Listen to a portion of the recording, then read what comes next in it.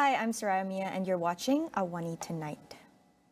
Over 1 million people joined in the Thaipusam celebrations in Batu Caves this year. A sea of Hindu devotees as well as tourists flooded the temple early in the morning today, along with the Kavadi procession stretching to the bridge across the Batu Caves KTM railway station. Lively Urumi Melam drumbeats rang in the air, paving the way for Kavadi bearers behind them. Devotees gathered to honor Lord Murugam to fulfill their vows and perform penance. They carried pao kudam or milk pots in addition to breaking coconuts and shaving their heads as acts of atonement. Around 11 a.m., the crowd leading up to the Batu Cave staircase grew thicker, painting the stairways in bright yellow. Besides Hindu devotees, people from all over Malaysia and foreign tourists came to witness the Thaipusam celebrations. Meanwhile, in Penang, a sea of devotees thronged Jalan Kebun Bunga and Jalan Air Terjun, the site for the annual Thaipusam celebrations. After Batu Caves, Thaipusam is celebrated with great vibrancy in Penang. The 3-day state-level celebrations kicked off on Wednesday with the dual chariot processions, a hallmark of Thaipusam in Penang. This is the 8th year the dual chariot processions have taken to the streets after making their debut in 2017. Penang expects more than 1 million visitors at the celebrations this year. The dual chariot's return journey will be on Friday. Meanwhile, Lembaga Tabung Haji has refuted allegations that it distributed certain quotas to private parties or registered Hajj pilgrimage operators. It said the Malaysian Hajj quota of 31,600 approved by Saudi Arabia is according to the Open Hajj registration system based on a first-come, first-served basis ever since 1995. In a statement, Tabung Haji said once prospective pilgrims are selected in the annual quota, they can choose whether to perform Hajj through Tabung Haji, Muassasah, or through Hajj pilgrimage operator companies licensed by Tabung Haji.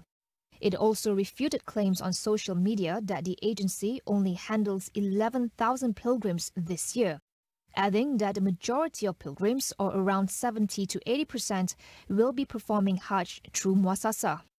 On January 19, Tabung Haji announced the cost of performing Hajj through Muassasah per person this year is 33,000 ringgit, up 8% compared to 30,850 ringgit last year.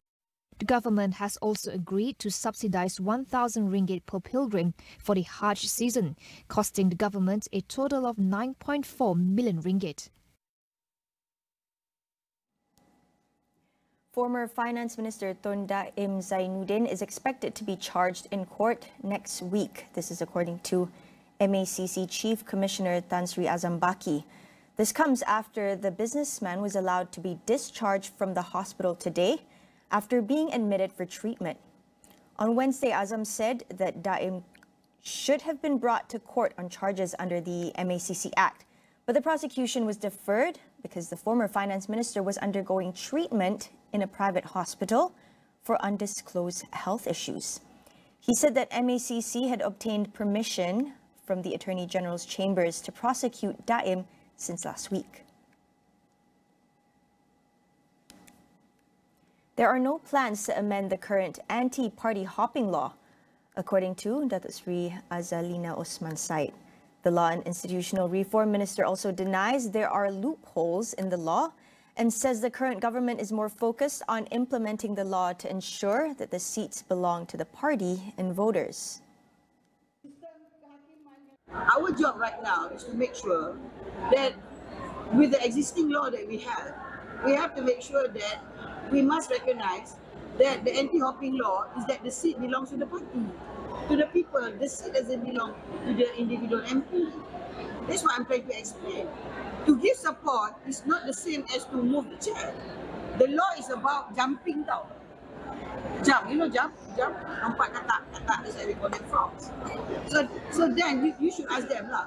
This government is about implementing the law. Bersatu President Tan Sri Muhyiddin Yassin said that a review of the Anti-Party Hopping Act was needed after several members of his party expressed support for the Prime Minister Datuk Sri Anwar Ibrahim but remained with Bersatu.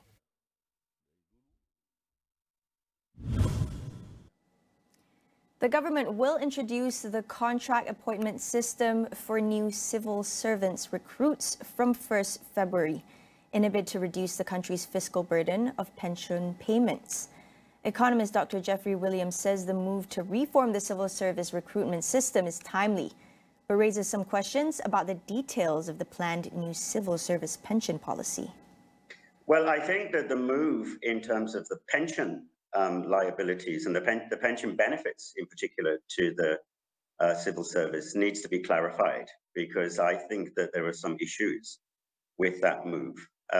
We know the reason why the government wants to do it, because the current pension payments are extremely high. They're more than 30 billion per year for existing pensioners.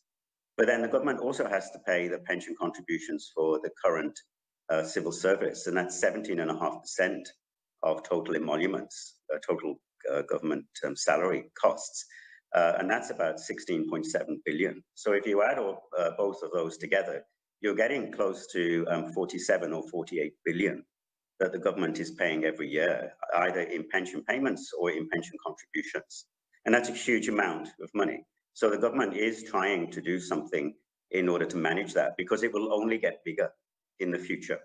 And some estimates are that it would be 46 billion by 2030, and then even 120 billion by 2040, because of the number of people in the civil service who will retire at that stage. So it makes sense to try to change it, but I think moving it to the EPF, to me, raises some questions. On Wednesday, Deputy Prime Minister Datuk Sri Ahmad Zahid Hamidi said under the new recruitment policy, civil servants would contribute to the Employees Provident Fund EPF, and the government will provide contributions similar to private sector employees. The first question is that it's going to cost the government it's going to cost more, actually, because the EPF payments are 24%, and the government's current pension contributions are 17%. So the EPF is paid by the employee and also by the employer. So that would be by the government and by the civil servant. Now, the government would reduce its payments from 17.5% to 13%, but that means that the civil servants would have to find the other 11%. And that's a big issue. I know it will only apply to the new civil servants, but that's a big issue, because how are they going to afford that on their current salaries? They will probably push for higher wages in order to cover those extra costs. The second issue, as far as I can see, is it isn't going to reduce the costs of the existing civil service. That is, those who are already moved into the pension age and also those who are already fully employed. Those costs are not going to fall, because this new EPF system will only affect new hires, new people coming in. And what that means is that it isn't going to have much of an effect on the overall cost of the pensions. Certainly not quickly, that's for sure. So I don't really see that it's going to necessarily save the government a great deal of money. Dr. Jeffrey shares his thoughts on how the government should move to tackle the growing problem of pension liabilities. The problem is that the government pension funds for the civil service, KWAP in particular, but also LTAT for the armed services, they're not large enough. And the returns that they have been getting on their investments have not been big enough in order to cover the pension liabilities and to pay the pension of the retirees. Now, my view is that the government should make those funds bigger. The way that it does that is it merges them together and it adds in additional underperforming government funds. For example, the National Trust Fund, KWAN, or even Khazanah National can be added into that. And even PNB could be added into that. And what you would do then is you would create a Malaysian super fund. The fund would be very much bigger and it would be completely separate to EPF. So all the EPF account holders wouldn't be affected by this. And what that means is by making a bigger super fund, the government can invest more, they would get a better return, and they can use those returns to pay the pensions, at least in part. If not completely, then certainly part of it. And what that means is the government doesn't have to pay the pensions from operational expenditures. And so it releases that 47 billion And that 47 billion can then be spent on health and education and social protection and other priorities. Because at the moment, what's happening is that ordinary Malaysians, many of whom don't have a pension, are losing out on spending on health and education and social protection because their money is being spent on civil service pensions. And that's not only unfair, it's also financially unsustainable. We'll be back with more after the break.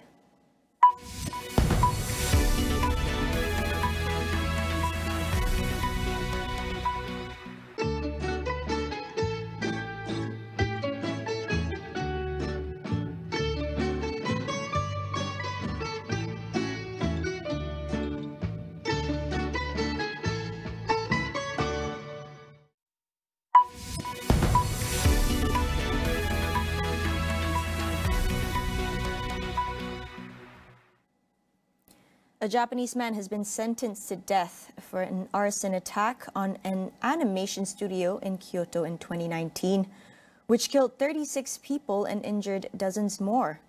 The incident, one of Japan's deadliest in recent decades, killed mostly young artists and shocked the anime world. The perpetrator, 45-year-old Shinji Aoba, pleaded guilty to the attack, but his lawyers had sought a lighter sentence on the grounds of mental incompetence. The judges, however, rejected this, ruling that Aoba knew what he was doing.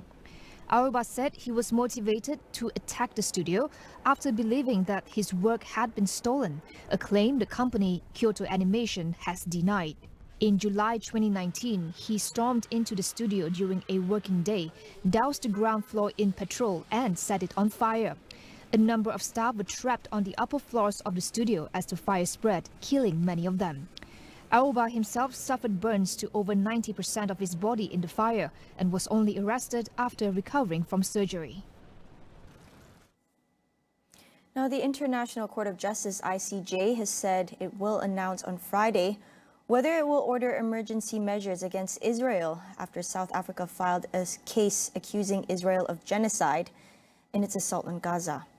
The United Nations top court said in a statement that the 17-judge panel will announce its response at The Hague at 12 GMT, which is 8 p.m. Malaysia time. South Africa has dragged Israel before the court for violating the UN Genocide Convention signed in 1948 as the world's response to the Holocaust. In its ruling on Friday, the ICJ will not address the main question of whether Israel is committing genocide, but it will consider possible emergency measures requested by South Africa to restrain Israel's military actions in Gaza, while the court examines the full case, which usually takes years. The ruling, if granted, would likely take the form of an order for Israel to announce a ceasefire in Gaza and allow more UN humanitarian aid into the enclave. Rulings by the court are legally binding and without appeal, but the court has no way to enforce them. Meanwhile, Yemen's Houthis have ordered American and British staff working for the United Nations and other humanitarian organizations to leave the country within a month. The call came after a second series of joint U.S.-British airstrikes against Houthi forces, who have launched attacks on commercial ships in the Red Sea that they say are linked to Israel. The order came in a letter sent by the Houthi Foreign Ministry to the UN's acting humanitarian coordinator in Yemen on 20th January. According to the document, officials and workers with dual American and British citizenship must prepare to leave the country within 30 days.